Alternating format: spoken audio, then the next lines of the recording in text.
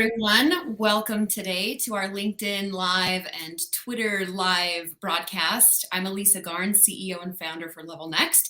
Joining me today is one of my great friends and personal mentors, Gil Cohen. Gil, thank you for joining me today. Hi, thanks for having me.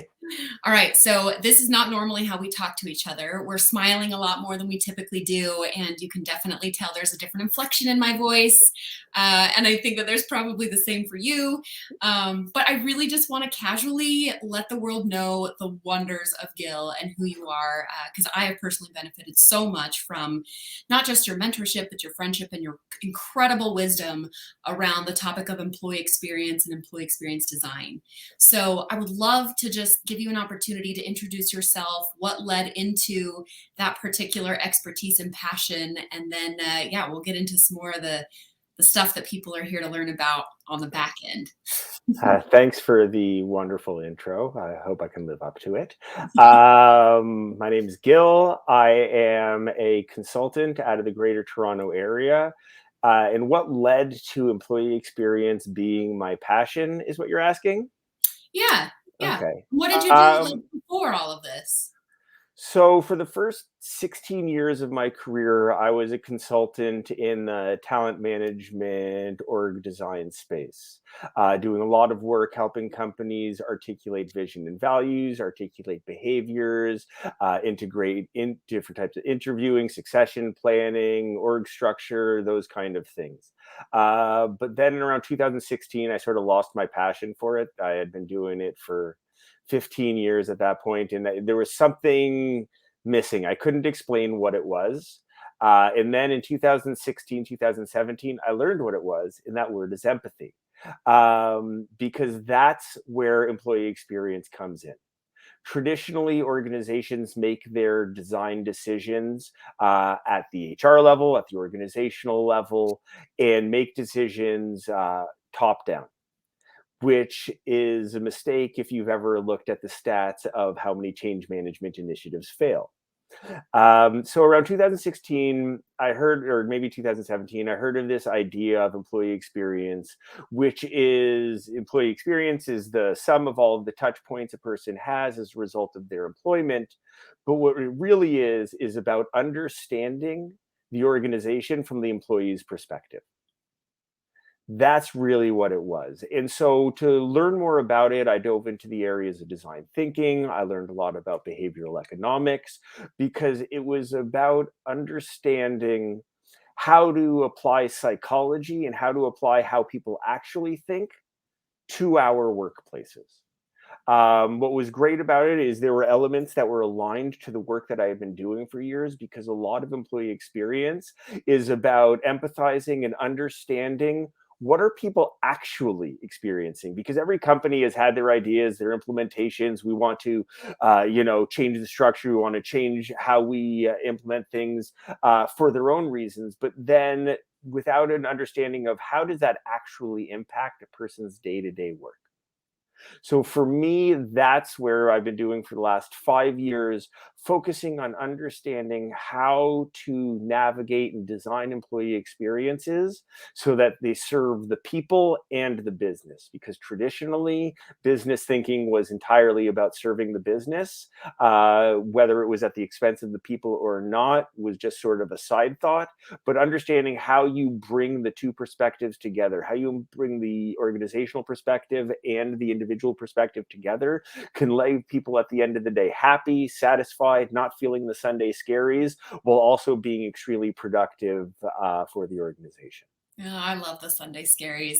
And I love it's so cool to hear about all of this, because for the years that we've known each other, we don't usually get into this part of the conversation because we've just already kind of connected the dots between our interests in psychology and design and, the importance of empathy when you're designing for employee experience. So it's actually really fun as I'm starting to learn a bit more about your background as well. So I appreciate you sharing and giving that perspective. We originally met right after the pandemic had hit. I believe it was March 2020, maybe April, where we were collaborating with a couple other friends, the four of us, trying to put together a virtual presentation on how do you move your workforce to remote. and keep them engaged, but also, like, how are you meeting them where they are during this like crazy time? And I remember you took on the task of working with one of our other collaborators on talking about like using design thinking to build out empathy maps and journey maps for those remote workers, which again, just like that, it got my heart palpitating because that's when I was starting to fall in love with journey maps. And I wish there was more of that in HR, especially like on the candidate experience side and onboarding, because it's such a critical inflection point in bringing people on, in a positive way. And then the other thing that's really fun that I'd love the audience to know is I've hired you as my consultant with LevelNext to do exactly what your skill set is, to help us design our culture with intent through hyper-focused values, clear definitions, and we're choosing not to have an employee handbook, which I think is actually as an HR person, it feels risky. But the more I've been working with you, the more I'm just getting more and more crystallized and building conviction for the fact that if you do what you're talking about correctly, you don't really need the laws and the policies and the compliance for, the small percentage of people that ruin it for everyone else. So I just wanted to add that little bit of perspective. But okay, so you live in Canada. Yes. And you're a dual citizen, is that correct? US and correct. Canadian? Yes, for Okay, well, I'm not 18 years now. I won't ask you your preferred citizenship status, but tell me, I would love to hear a little bit about what is it like to be employed as a consultant, and even as a citizen in Canada versus the primary audience that's listening in today in the US. Like, what are some of the differences? So it's interesting that there are some differences in a lot of similarities in how we work together, how we do business. Canadians have a image of being extremely nice, which Elisa, So does Utah. which as you and I have talked about before, nice is a bit of a four-letter word for us. Because nice, what that ultimately really is hiding from tough conversations, not always sharing with full candor, and not always actually being kind to people. How many times have we avoided giving somebody feedback because we didn't think it was nice, but ultimately the person then lost the opportunity to receive feedback at their expense? They didn't have the opportunity to improve. So there are certain elements of that here in Canada.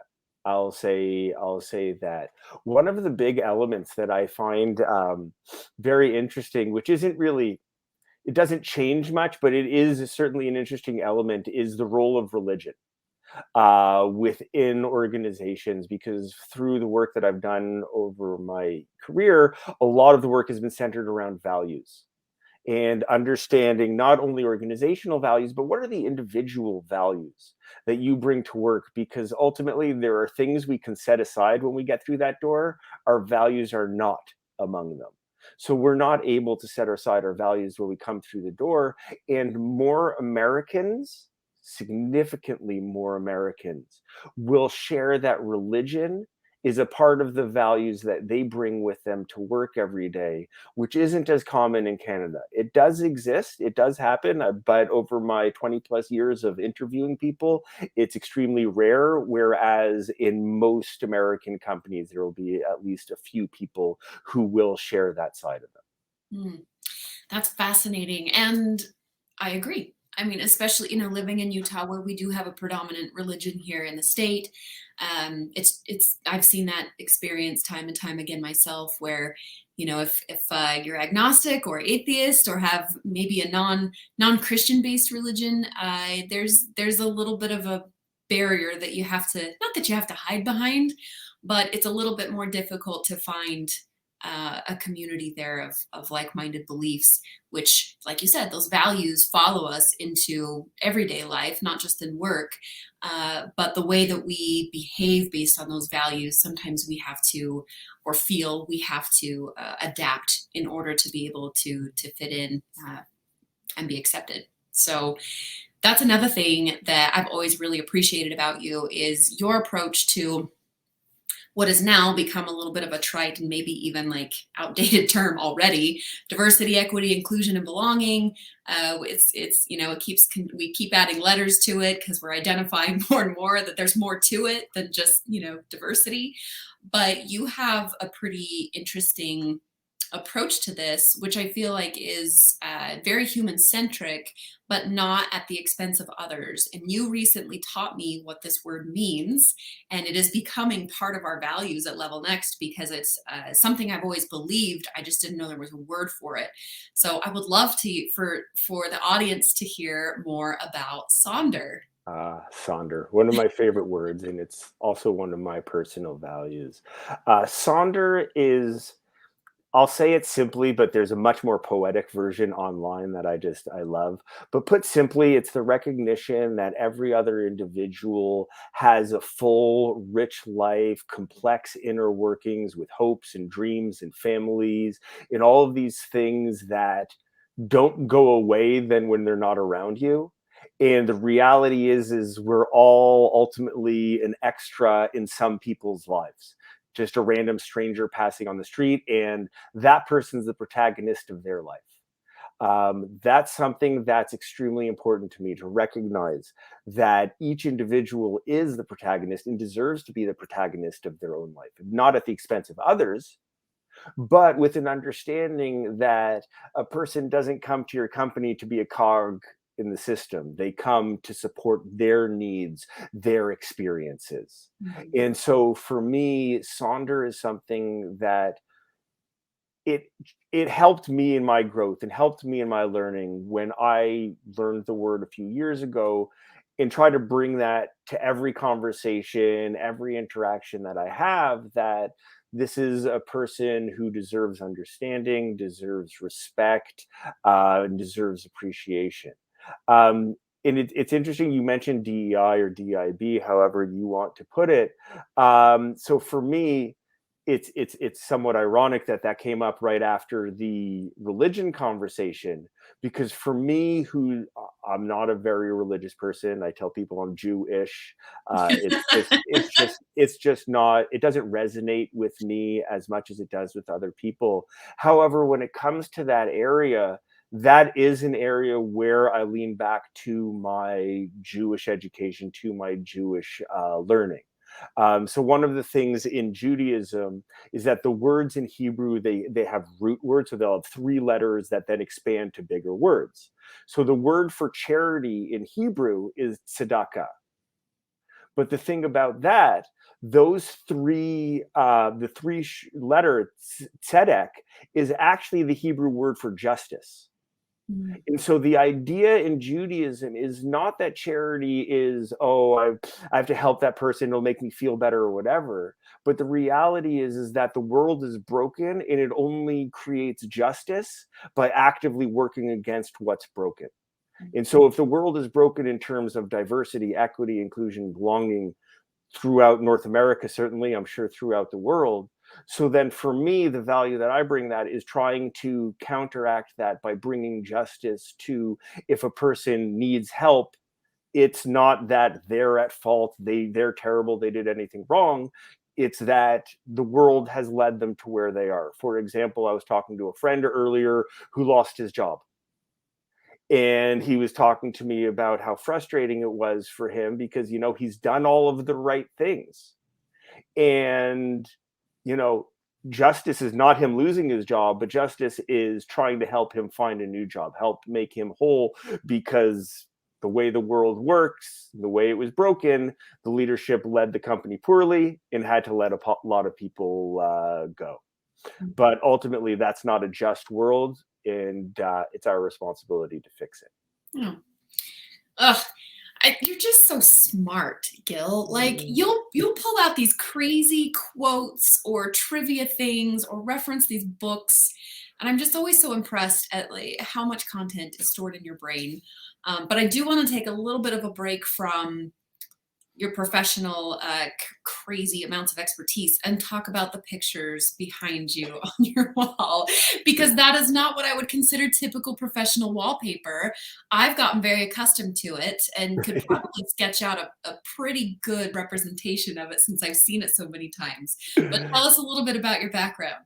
My background, my heart's back there. These are all pictures drawn by my boys and a few by my wife. They're more especially up there that if I turn the camera, you can see ones drawn by my wife. Most of them were actually made during that 3-month period, April, May, June of 2020, when the boys were at home and school wasn't really happening. My wife was at home. She was a teacher, so she was with them, keeping them entertained. And I had a blank wall back there. And over time, I just started filling it up with these, and it became this unintentional conversation starter. It was really funny where people ask me regularly from all walks of life of like, what's going on? I love those pictures. People sometimes will pick out different pictures that they like. I'm a geek, so you can pick out some geeky stuff back there to enjoy. But it's also it's become a reminder of how quickly time flies, because my boys are 13 and almost 9, and they were 10 and 6 when they drew most of those things. So I should probably replace them with more modern pictures, because they've gotten better at I don't everything know like about that. I don't know. We're like, even Dave in the comments over there said that they are beautiful. So I think that it might be a representation of point in time for you, but I think for everyone else, it's also a reminder to us, sort of that like that childlike innocence of creating something at that point in time, that age that you are, that you're really proud to represent. And I think you told me once that you even had people that were making requests for your kids to draw things, right? Yes. So what was happening was that people, like I said, people were talking about it with me. People were asking me questions about it. And then I was talking to a gentleman actually from Singapore who was commenting about it. And he said, you know what, you should have people take videos commenting, telling your kids, and then making requests. So I did that probably for about 6 months. So a bunch of that actually are on the wall behind me are requests. Like I know that one was a request from your friend Jared.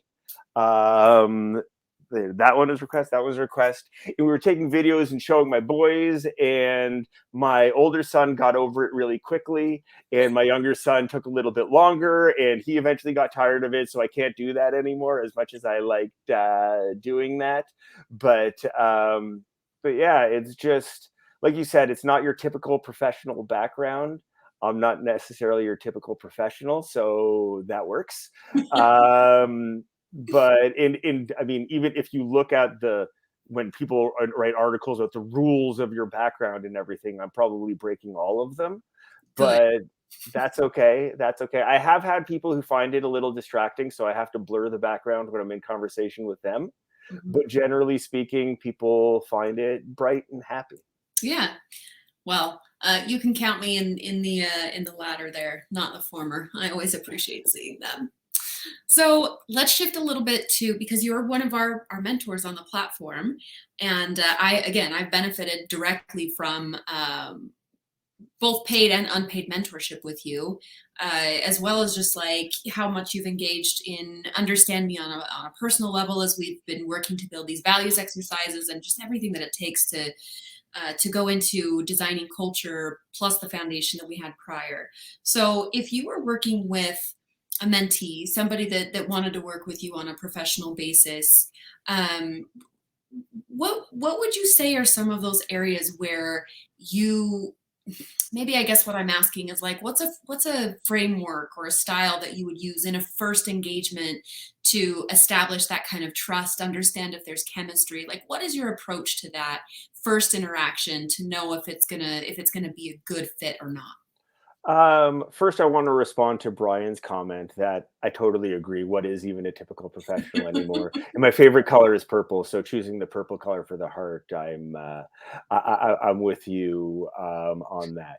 But in terms of a first engagement, a first conversation with me, it's really just about understanding one another, because you've got these two parties and understand whether or not it's a fit. not everybody's going to be a fit for one another. And it doesn't necessarily need to be a values fit. That helps for working in a company, but not everybody's necessarily going to have the exact same values. Because one of the things for me is I appreciate diversity in my mentors. I don't want to just talk to people who are come from the same background, who have the same values, because I value learning from different perspectives, even if I'm not always going to agree with them. I value learning from different perspectives. But for me, everything starts with empathy. Understanding, who is this person? What is it that they think they need? What is it that I believe they need? What's the path that they're on? Try to understand, is this a person who I'm the right person to support? Right? Because they could have this amazing personality, this amazing belief, this amazing direction, and I'm not the one who has the skills or knowledge to help them with it. Right? If somebody's a young salesperson and they're coming to ask me and grow their sales career, I'm just not the person. I would love to support them. I'd love to support everybody, but it's just not the reality of who I am. So it's about understanding, am I right for them? Are they right for me? Um, I don't know whether it's right or wrong, but I find it a lot easier to mentor somebody when I believe in them. It's to bring my whole self, my whole heart. If I think the person's going to be lazy, or the person's not going to try, or the person's doing it for reasons that I either don't understand or don't necessarily agree with, they're not the right person for me necessarily. Uh, I like working with people that I believe in, that I think, are pointed in a very humanistic direction. If you can't, don't come to me for, I want to raise my revenue 25% quarter over quarter. That's just not. But if you want to understand how people at work, how the structures at work happen, how the systems at work happen, why people are behaving the way they do, that's more in line with what the work that I do. I reference it often, but my favorite class I took in my MBA over 20 years ago was strategic organizational design. And the first page of the syllabus, I forget her name, but the prof was incredible. The only class I ever got an A plus in participation, because everything else I just showed up and didn't speak. But her first page of her syllabus was a math on how many hours we spend at work in our career. And it was something around 100,000 hours or so we spend at work in our career. And then she posited, she's like, you're better off understanding what's happening, because that's what happens to so many people at work. Leaders through the front line don't fully understand the structures and the dynamics of why a situation is happening the way it is. I was talking to a consultant colleague of mine. She was telling me about a project she was working on in a company most of us have probably heard of, well-built company, and how essentially they're just completely in silos and nobody talks to each other, nobody understands each other. But to understand that, you need to understand where that all came from. How was that organization built? How was that structure built? Why did it get to that point? So you can understand, how do we then break it? So for me, that's the stuff I geek out about, is like, why is the company doing that? Why do people make maladjusted decisions within an organization? And it's because of the structure they're put under. If you're put under a structure where you're motivated by things that are counter to another part of the organization, or they're motivated by you being selfish, then that's the way people are going to behave. Not because the person's selfish, but because they're a person and you put them in a structure to behave that way. Mm-hmm. But most companies don't understand that. And then when somebody fails, they're like, oh, that person was terrible, ship them out. Yeah. As opposed to understanding, what did we do to put them in the position to make those decisions? Why did we create an environment that drove that sort of decision making from our employees? Mm-hmm. Okay, well, we are close to time, which it's always hard for us to keep our time, because we talk and talk and talk. But as we wrap up, what I'd like you to share just in closing is shout outs to maybe one or two mentors and of you, who's helped shape your life and career in a way that we can give them a little bit of recognition here on your time today. I know that you mentioned your dad, Yes. which is how we got introduced originally in your post sharing this presentation today. But yeah, maybe just share like one or two people and how they've impacted your life, and then I'll let you go. So for me, it was my dad was the biggest. For me, my dad was the biggest because he was doing what I wanted to do coming out of school. So getting to learn from him, who was already in his career, was incredible, and I was able to, learn close on. That's one of the things about mentorship is that we learn. There's so much we can't learn from a book.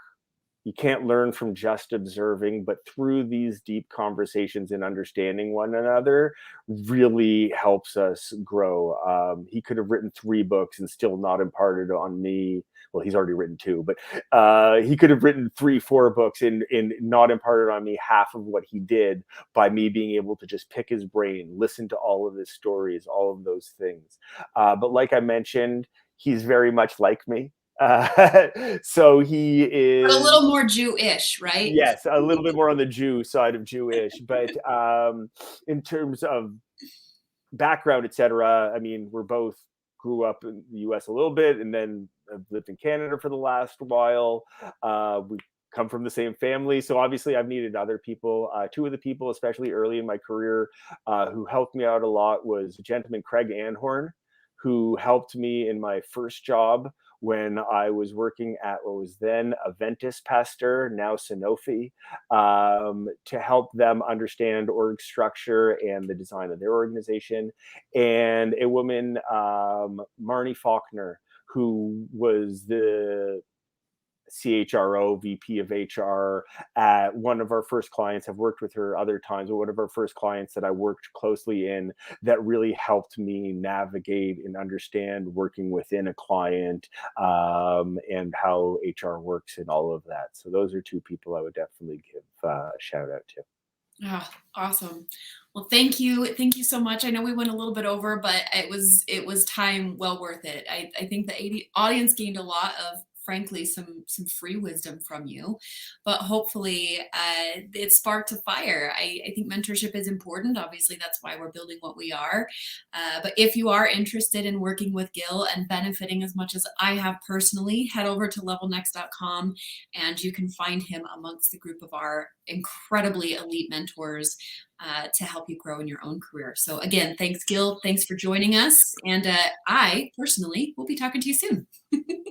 Take care.